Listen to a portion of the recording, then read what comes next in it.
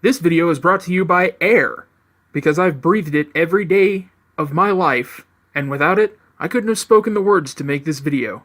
And speaking of this video, I've got a Patreon in the description below, and I'd love it if you went and had a look. Maybe the next video I make, there'll be a real sponsor, like you. The Warriors games, or Musou as they're called in Japan, is a series that's quite near and dear to my heart. Starting with the first Samurai Warriors on PlayStation 2, which I originally thought was going to be an Onimusha clone, I fell in love with the way that they mixed weird, semi-historical figures and events with fantasy elements. Maybe that stems from watching too much anime, or maybe I've just always wanted fantastical things to exist in everyday life. Either way, the series introduced me to a whole plethora of games with massive casts of crazy characters, and even got me interested in some Asian history along the way.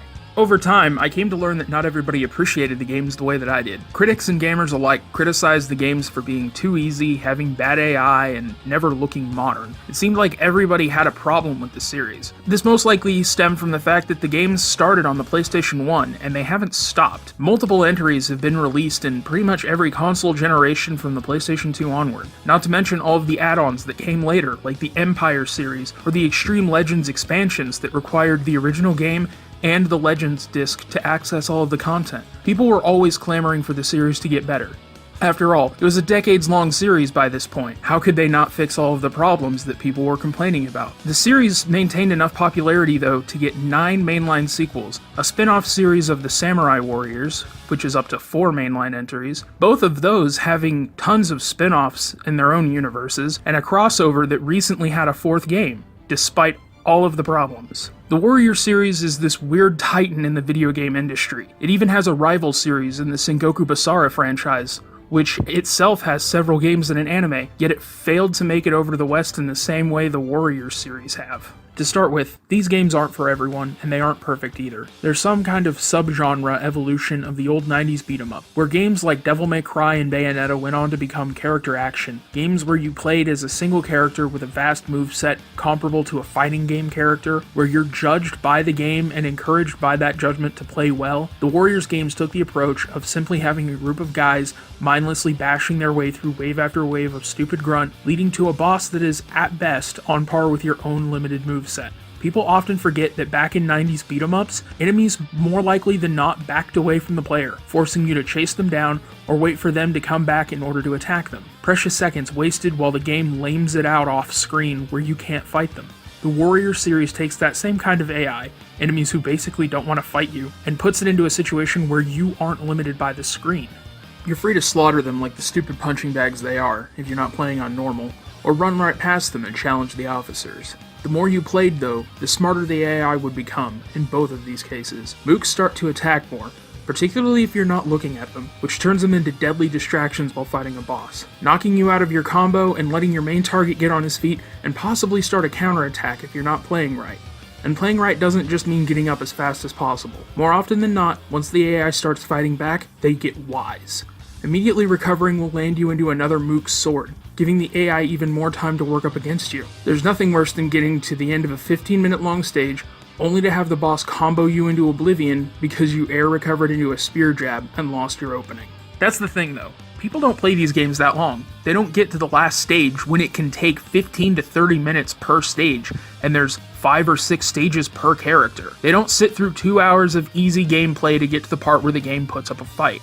Because we don't live in a time where a middle ground exists anymore. You're either Nintendo, our games are for everyone easy, or you're Dark Souls, prepare to die, hard. And as an aside, I don't think Dark Souls is nearly that hard, it just takes patience to learn. No one thinks a game can start out easy and eventually ramp up in difficulty anymore. They see people playing Dynasty Warriors on normal, getting 2,000 kills on a map and think, God, this is so easy, it has to be boring. And for some people, I won't lie, I can see how this could be very boring to play. Not everyone likes the same things, but credit has to be given where it's due. Normal is for people who haven't played the game. It's the average difficulty. The game starts out simple. It lets you learn how to play, it's very lenient with stage hazards and mission conditions, and expects you to gain a lot of levels, expand your move list, and figure out how to play as the character you picked. And, when you're comfortable, it ratchets that difficulty up slowly, or you switch it to hard yourself. At which point, the game takes the kitty gloves off. Mooks start blocking, Enemy officers open up with super attacks that you have to dodge or risk breaking your guard and eating the full combo. Missions get tougher because of these things. Enemies take more damage and dish it out in equal amounts. And those thousands of guys, suddenly, they're putting up a fight. But by now, you've looked at the title of the video and you're wondering, what does this history lesson have to do with Dynasty Warriors 9?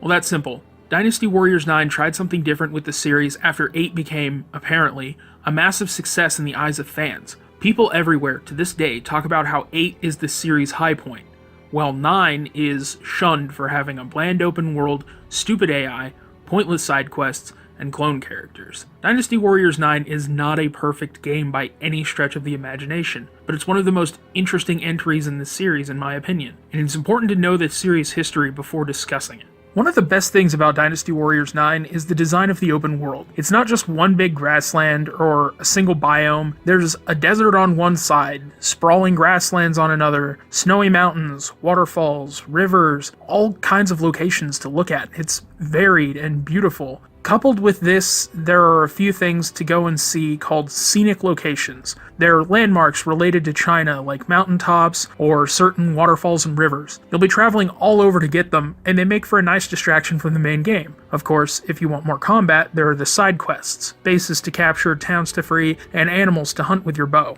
Going along with the exploration, there are watchtowers, which aren't a new concept at all, serving pretty much the same as they do in an Assassin's Creed game. However, they do show off the environments from afar, which look detailed and pretty. Compared to something like Skyrim or even the more recent Horizon Zero Dawn, as much as I enjoyed those games, Dynasty Warriors 9's looks and variety feel better to me. I like galloping through a jungle-like swamp and then into a green grassland to ultimately scale a mountain and then getting a 360 shot of the surrounding area and seeing how it all looks very natural. Not to mention the little experience bonuses and encyclopedia notes that give you information about the locations you visit. Those are a nice touch for people who don't want to break open Wikipedia every 10 minutes. The combat has also been simplified, for good and for bad.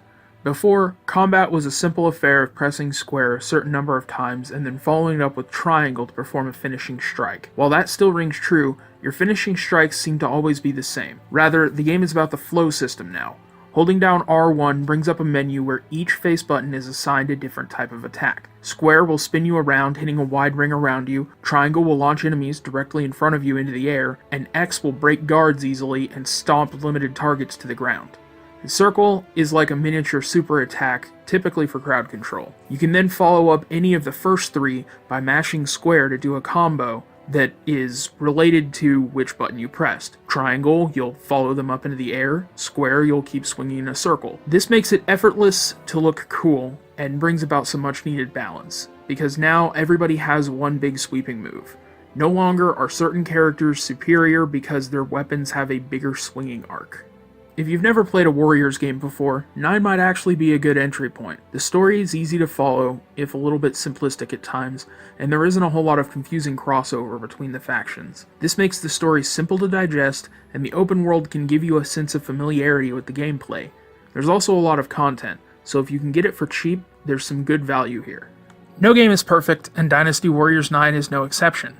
My argument is just that people, especially the fans, give it a hard time because it's not the same as the other games in this series. There are flaws with the open world, which I'll address in a minute, but I'm going to open with some counterpoints to things I've already said.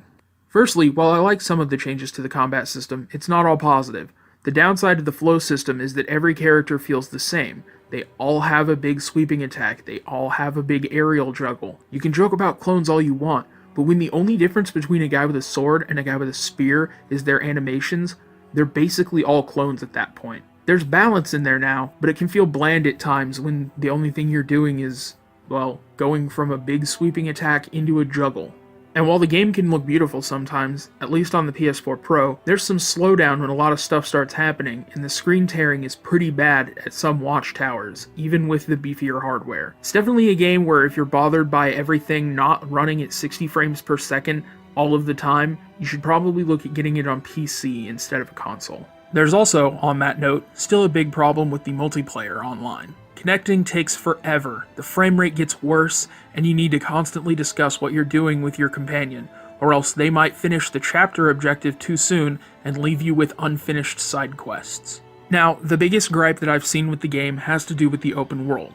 and I'd be a liar if I said I didn't see any problems with it. Sometimes capturing a base is important. It lowers the level of enemies and the missions around it, or it allows your troops to progress to the final mission easier.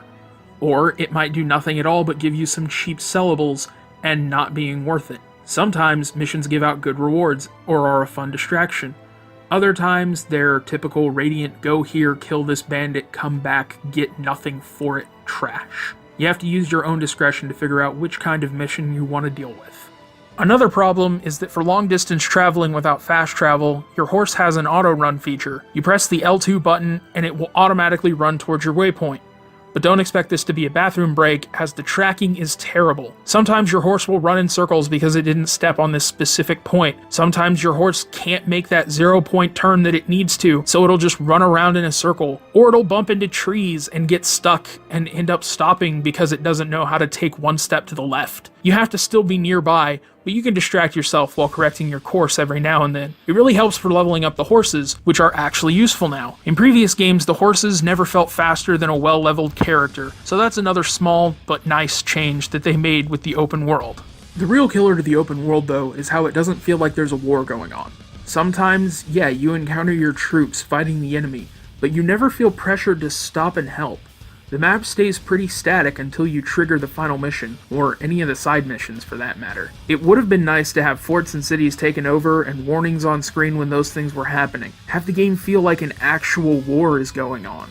Dynasty Warriors is based off of Romance of the Three Kingdoms. Every single game in the franchise has been based off of this era of Chinese history. They all circle around the same factions, the same characters, and yes, that includes 9. So this is the 9th time that we're seeing the trials of Cao Cao trying to take over China, or the Wu and the Shu. It's always the same. And for some people, they wonder, how can this series actually be 9 games long with such limited content? And I feel like 9 could have solved that problem for a lot of people. In fact, to tackle that story issue, I would suggest removing the chapters altogether. Start off in the Three Kingdoms era instead of the Yellow Turban Rebellion, and make it our mission to take over the whole map. Crush the other 2 kingdoms, conquer China, and then give us a unique ending based on which faction we chose about what they would have done if they had possibly won the war, rather than a specific character's ending. Samurai Warriors 1 and 2 had dream modes, where the writers made what-if scenarios about characters that historically failed or died, and then what would have happened if they had succeeded instead. Bring that back with the open world. It would be a fresh and exciting experience for players new and old. Except those wet blankets that keep complaining about the games that have literal magic powers not being historically accurate. The open world should feel dynamic and give players options on what to do. It does the second thing now, but it fails at feeling dynamic. It feels more like a playground. Sure, you can go anywhere and do everything, but the main attractions are very clearly laid out and only in these specific spots. Make things more diverse and alive, as people have put it. Dynasty Warriors 10, learning from the mistakes of 9, could be a fantastic open world game. The series needs innovation, whether it be in new stories, or open world exploration, or any of a million possibilities. It needs something to bring in new players. Stagnation is the worst enemy of a series that's this long running, and I think Koei knows that. I just hope they don't see 9 as an utter failure and decide to play it safe for 10 and beyond, otherwise this franchise could end up falling off its horse and not getting back up. And I have hope for that, because in the middle of writing this review, the game updated. They added a new counter mechanic. They added new background music from previous games, new wallpapers for other characters. They're releasing a new round of DLC, even if it is really expensive and kind of scummy. They're still supporting the game after all of this time, so I don't think they consider it a complete failure. I mean, they're still improving this one at least. What's to say 10 won't use the same engine, the same formula, and just do better?